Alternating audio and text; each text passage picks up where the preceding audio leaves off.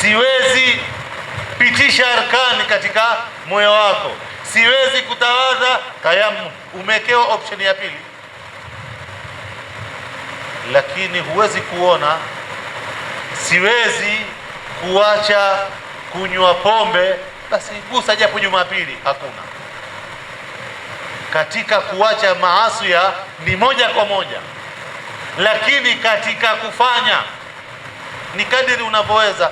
Leo siwezi kufunga, fa'iddatun min ayamin ukhra, tukfa hammak. Kwenye hadithi tuliyosoma, utatoshelezwa hamu zako na utasamehewa dhambi zako. Tulikuwa katika darul mafasidi aula min jalbil masalih. Kwa hiyo katika kufanya kuna option, kuna nafasi tunapewa. Utaona kuna ibadati nyingine si lazima kwa kila mtu. Zaka, hija, hajalazimishwa kila Muislamu, ni mwenye nafasi hiyo kuweza kuitekeleza, na ambazo kwamba ni rukun min arkani alislam, ni nguzo katika nguzo za Uislamu.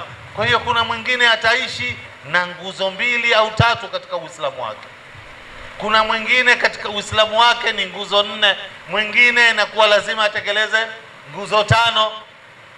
Kwa hiyo katika kufanya kuna nafasi inatoka, lakini katika kuyaacha mabaya hakuna, kumefungwa moja kwa moja. Kule ndio fattaqullaha haqqa tuqati, mumuogope Allah, haki ya kumcha ni katika kuacha mabaya. Lakini katika kutekeleza maamri za Mwenyezi Mungu, mastata'tum, ni kwa kadiri unavyoweza. Hulazimishwi ufanye kitu ili labda ushindwe au uanguke au ufe. Siwezi kufunga, nimechoka, funga hivyo hivyo ufo. La, dini haikuja na misimamo hiyo. Bu'ithtu ala hanifia as-samha, Mtume anasema nimetumilizwa mimi kwa dini iliyo nyororo, iliyo nyepesi, inayojali kuwajali wafuasi wake. Dakika zilizobaki tutabaki hapa hapo, hususan tukiwa katika Lailatul Jumaa. Ni katika usiku Mtume aliyotusisitiza mno, usiku wa kuamkia Juma, usiku wa kuamkia siku ya Ijumaa na mchana wa Ijumaa. Bwana Mtume sallallahu alayhi wa alihi wasallama ametusisitiza mno tukithirishe suala la kumswalia mno. Salatu ala nabii iko siku zote na iko saa zote, lakini ikipata Lailatul Jumaa wa yaumul Jumaa ni kitu kinahitajika zaidi, kama ilivyokuja katika hadithi nyingi mno za kueleza sharaf na utukufu na nafasi ya kukithirisha kumswalia Bwana Mtume sallallahu alaihi wasallam usiku wa Ijumaa na mchana wake, kwa sababu ni nafasi na ni ibada ambayo kwamba kama ilivyopokewa katika hadithi, Bwana Mtume sallallahu alaihi wa alihi wasallama, ukitaka akujue jina lako, akujue wewe ni nani, mafungamano yake ni baina yako wewe na yeye, inapitia katika salatu ala nabii sallallahu alaihi wasallam. Akthiru, Mtume atuambia kithirisheni sana minas salati alayya, katika kunisalia mimi Lailatul Jumaa wa yauma, usiku wa Juma na mchana wa Ijumaa. Fa inna salatakum ma'rudatun alayya, swala zenu ninaoneshwa. Tukimswalia zile sala zetu kwa Bwana Mtume sallallahu alaihi wasallam, tu'radu alayhi, huoneshwa kwamba hawa wamekuswalia, fulani amekuswalia, tena biismi, kama namna ilivyokuja katika hadithi kwamba hubainishiwa Bwana Mtume sallallahu alaihi wasallam biasmaikum, kwa majina yenu. Hizi ndizo swala za bwana fulani, hizi ndizo swala za bwana fulani, hizi ndizo swala za bwana fulani alizokuswalia wewe ya Rasulullah. Kwa hiyo ukitaka mtume wako kipenzi chako akujue wewe kwa jina lako, akthir min salati ala nabii sallallahu alaihi wasallam, kithirisha kumswalia bwana mtume sallallahu alaihi wa ala alihi wasallam.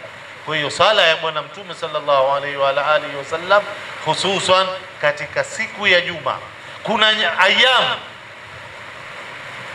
kuna sharaf tataallaq bil ayyam, kuna utukufu unafungamana na miezi, kuna na sharaf tataallaq inafungamana bil yawm au bil layali, kuna sharaf yataallaq bis saat, kuna mingine yanafungamana na saa,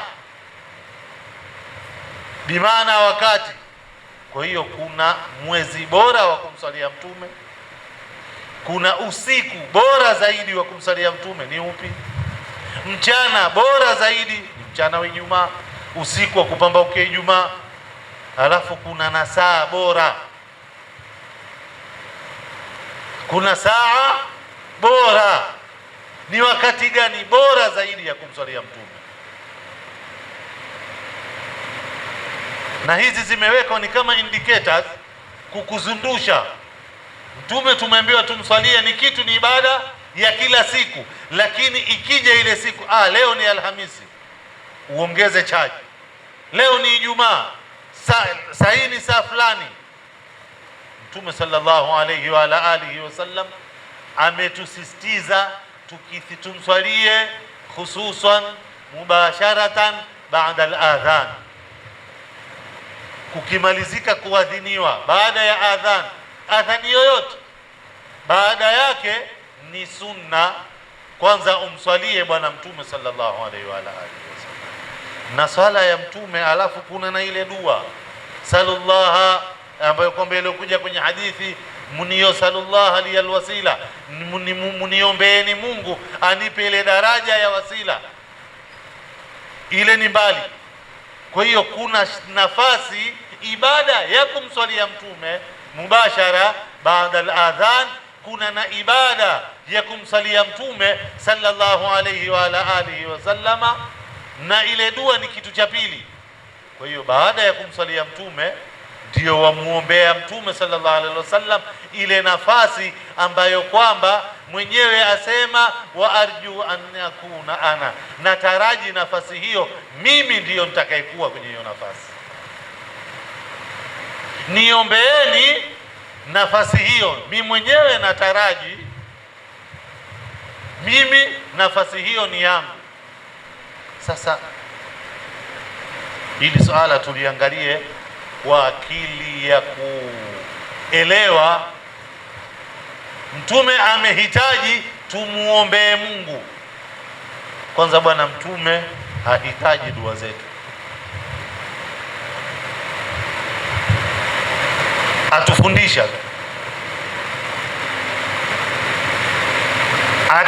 atuomba tumuombee Mungu, lakini katika kule kumuombea Mungu mimi na wewe ndio tunaofaidika. Aweza akaja mtu hapa, jamani niombeeni Mungu, ana shida zake, labda ana matatizo yake, tukimuombea Mungu ile dua kabuli ikipita, nani amefaidika? Aliyeombewa Mungu. Lakini ukimuombea mtume sallallahu alayhi wa ala alihi wasallama, dua hii wewe uliyeomba ndiye unayefaidika zaidi. Kwa hiyo faida ya dua hii waipata we mwenyewe. Mtume alitwambia muniombee Mungu, na arju an akuna ana, na nafasi hiyo nataraji mimi ndiyo nitakayekuwa. Na akatufundisha na akatupa na dua, Allahumma rabba hadhihi da'wati tamma was-salatu al-qa'ima ati Muhammadan al-wasila wal-fadila wad-darajatu al-aliyata ar-rafi'a. Riwayati ziko mukhtalifa, kila mtu unana ile lugha aliyoizoea. Darajatu wa ba'athuhu maqaman mahmudan alladhi wa'adta. Mtume atuambia mwenye kuniombea dua hii, kila akimaliza adhan, akimaliza kujibu mwadhini, alafu akaniombea hii dua, faida yake nini? Halat lahu shafaati yaum alqiyama. Halat lahu, imekuwa ni halali kwake yeye, imekuwa ni wajibu kwake yeye kupata maombezi yangu siku ya Kiyama. Ni lazima nisimame na yeye kumuombea popote anapokuwa ametatizika, nisimame na yeye ili nimuombee awe ni mwenye kusamehewa. Kwa hiyo ukimuombea Mtume hii dua baada ya kila adhan, nani anafaidika? Ni wewe utakayemuombea. Kwa hiyo sio yeye atuomba Bwana Mtume sallallahu alaihi wa alihi wasallam tumuombee Mungu ili tufaidike, sio afaidike yeye. Atuomba tumuombee ili sisi wenye kumuombea tufaidike na kumuombea, sio yeye afaidike na nini, na maombi yetu. Hana haja ya dua zetu Bwana Mtume sallallahu alaihi wasallam, bali sisi ndio tunye haja ya kuombewa na nani? Ndio hapo Mtume ni ukiniombea, halat lahu shafaati, amepata nafasi ya kuombewa na mimi. Kwa hiyo akiwa una shida uombewe na Bwana Mtume sallallahu alaihi wa alihi wasallama. Siku ya Kiyama mswalie Mtume baada ya adhan, pamoja na kumwombea alwasila. Daraja hii ya wasila umuombee Bwana Mtume sallallahu alaihi wa alihi wasallam. Naona muda tuko katika kilele, na kama namna tuliyozungumza, tulichoafikiwa kuzungumza kulingana na muda ndio hichi, ni kwa sababu ya kukumbushana na kupeana tambii na kufunguana vichwa, ili tuwe na mutabaa katika dini yetu, na kila mwezi unaokuja una madha fi Ramadhan. Kwenye Ramadhani kuna nini? Ikimalizika Ramadhani, madha fi Shawwal, mfungo mosi kuna yapi? Ikimalizika mfungo mosi unakuja Dhulqaada, madha fi Dhulqaada. Kila mwezi unakuja na yake, ambayo kwamba yatupa dhikrayat, kumbukumbu. Na Mola, aya tuliyoifungulia mazungumzo yetu, Mola asema wadhakiruhum biayamillah. Tutakomea hapa.